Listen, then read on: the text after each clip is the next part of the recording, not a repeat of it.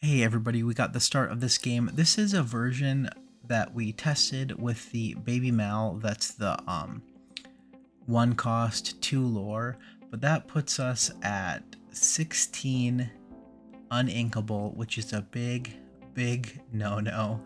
But just for fun, we want to test it. I ran the math one time. I think it's like there's a 70% chance you're gonna draw dead on turn 7 or something like that. It's really high. It's really bad to have this much ink. I don't remember or have this much non-inkable. And Baby Mal is really only good on like turn 1 and then late racing. So I think we didn't run this version very much. But the opponents got a Baby Mal in play on turn 1. We have Archimedes in play, which can, kind of clean up a little bit at least. So the opponent's playing steel and purple. I think I just always am calling it purple. Fire the Cannons. Yeah, it's a good early game card if you can keep up with your card draw. Answering back with double Baby Mal. So basically in the hand, if you can see right now, there's nothing you want to ink. There's not a single card that you would want to ink in this situation. Second, Fire the Cannons. Do they have another cheap cost? They don't. As you can see, hitting that Iago, it's huge. If couldn't have hit the something inkable, would have been really bad. Do get the Maleficent for the card draw. Now 4 cards, nothing's inkable again, basically, because you will never friends on the other side throw into ink. I got a smash removal, which kind of stinks. Going to have to pay the full price for friends on the other side, most likely. The opponent is down to just 2 cards. We have 4. Trying to decide what to do. In this case, throwing Rafiki down, not getting his full value because he does have rush, but the fact that we just have to play stuff and have a lot of uninkable stuff is something we just have to do. So still same situation. Inked our last good card, 3 uninkable cards in hand. Captain Hook hits the table, gets Fire the Cannons back again. I mean, there's so many Fire the Cannons. Drew into Genie, another uninkable card, but can sing Friends on the other side, which is huge at this point. Want to keep in this deck, you want to hit on turn 5 Beast, and you want to hit Genie on turn 6. That's kind of one of the main goals. And really everything else up until that point doesn't matter because Genie is just so good at making a comeback.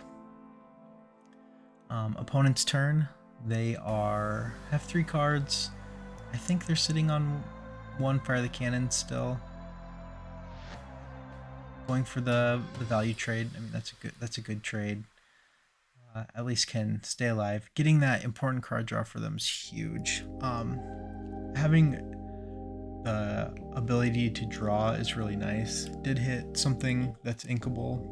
You can't ink Genie, and inking friends on the other side is crazy. Pretty good trade, or an okay trade with Beast. He lives. Do not want to miss that ink, and hitting Genie on turn 6, even though he's only putting a Pascal away, it's actually a really big deal. Removing anything, and have to play something on 6 anyway. Just like drawing into nothing wouldn't be that good. We can see Captain Hook in play again, another Fire the Cannons. I need to keep track of these, but a lot of these games you're getting hit by Fire the Cannons like 5, 6, 7 times. Questing with Maleficent, not sure. I guess they're just trying to race at this point. And when you're 5 up, it feels pretty good, and you have more cards on the board and basically equal amount of cards in hand. it seems like it's time to turn on the gas. The big question here is, do we want to attack Maleficent and bounce Hook, then giving them a free Fire the Cannons on our Genie, which it feels bad seeing all these Fire the Cannons, but Fire the Cannons isn't that good of a card. I've seen so many games now where someone's using it like half a dozen times and it's not making that big of an impact. If you have card draw, I guess. The opponent does have a Fire the Cannons to get back if the Genie is bounced.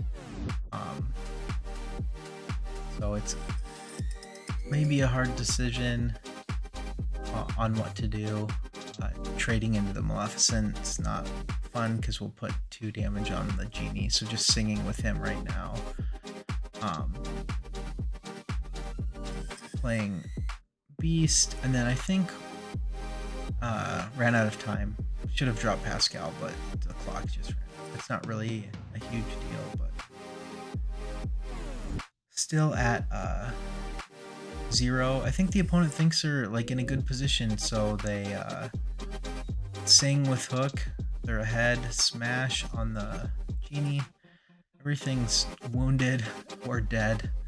Fire the Cannons, so 2 smash and many Fire the Cannons later.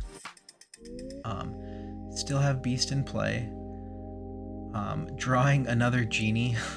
It's like, oh, it's just so crazy. So they only have 1 card in hand.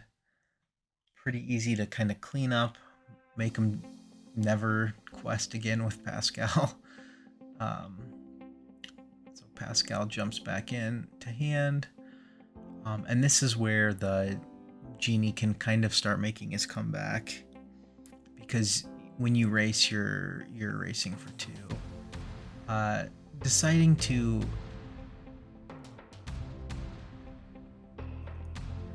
smash into ink this time. That was, I think they saw their 3rd smash. So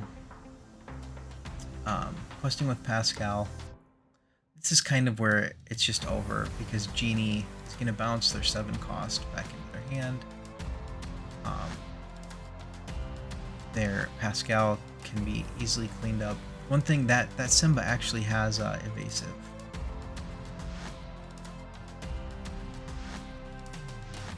Just having them have no cards in hand and a clean board is just so nice. And we're assuming that they'll drop Simba on the next turn.